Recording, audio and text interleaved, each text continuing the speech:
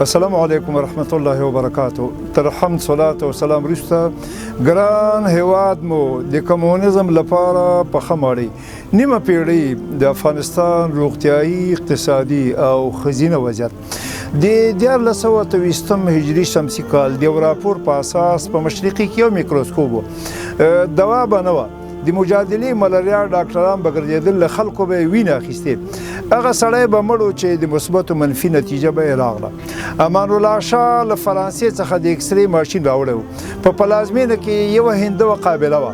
بیا د شاهي کورنۍ ځینې ښځینه دغه فن ترې زده کړل، مګر په ظاهر شاهي دور کې لږ څه پرمختګ وکړل. په پلازمینه او ننګرهار کې د طب پوهنځۍ جوړې شوې. په افغانستان کې له پخوا څخه فیوډالي د خانخاني زول نظام حاکم و. ډېرې پراخه ځمکې د خانانو وې. د ملک نادر خان په دور کې افغان بانک تاسیس څه د مملکت په اقتصاد کې سودي سیستم حاکم و. د خصوصي سکتور ته انوال لاندې ډېر لوی محتکرین رامنځته شول. د حلال او حرامو توپیر نه و چې چا به هم د اقتصادي ریفورم او اصلاح خبره کوله. په هغو پورې به تمسخر کېده. زیاتره علماو به ویل چې الله تعالی خان پیدا کړی او غریب. د الله تعالی په تقدیر باید راضي اوسو. خان ته الله تعالی عزت ور په برخه کړی دی. د اسلام سیاسي او اقتصادي پوهه له چا سره نه وه چې اسلام د ټولو ستونزو د حل د علاج په توګه ملت ته وړاندې کړی وي. خزینه طبقه ناپوهه وه، نه دیني مدرسې وې نه ښوونځي.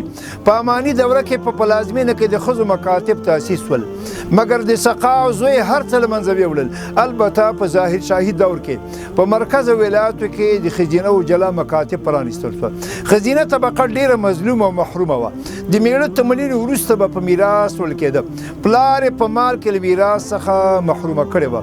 د خپل میړه د انتخاب حق یې ورڅخه اخیستی و، نه ورڅخه چا پوښتنه کوله. ډېرو خلکو به له 3 طلاق وروسته هم له خپلې میرمن سره شپې تېرولې.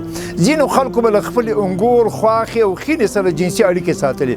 په غرنیو سیمو کې به چې میړوښې ښځې له نورو خلکو سره تښتېدلې چې کومه ښځه به په خپل میړه ناخوښه وه، د سیمې د باروسوخه قومي او مذهبي مشر کور ته به یې پناه ویوړه. هلته به د خدمتګارې په توګه اوسېدله. خوارکی میړه به منډې ترلې وهلې، مګر د هېڅ وسه به یې نه کېدله. په ځینو سیمو کې به خلکو لوڼې خرڅولې او لوړ قیمت به یې پرې ترلاسه کاوه. قومي مشرانو ملکانو به د مقتول وارثانو ته په بدو کې ورکولې. لنډه دا چې ښځینه طبقه له هېڅ رنګ تعلیمي، مدني، مالي، اقتصادي او سیاسي حقوقو برخمنه نه وه. دا هر څه له اسلامه انګیرل کېدل.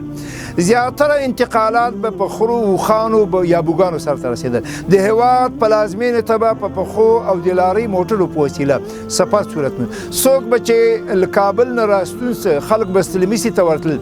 اوس خلک له لندن او پاریس څخه راستنېږي، څوک پرې خبر نه وي. په ښارونو کې بګۍ د انتقال وسیله وه.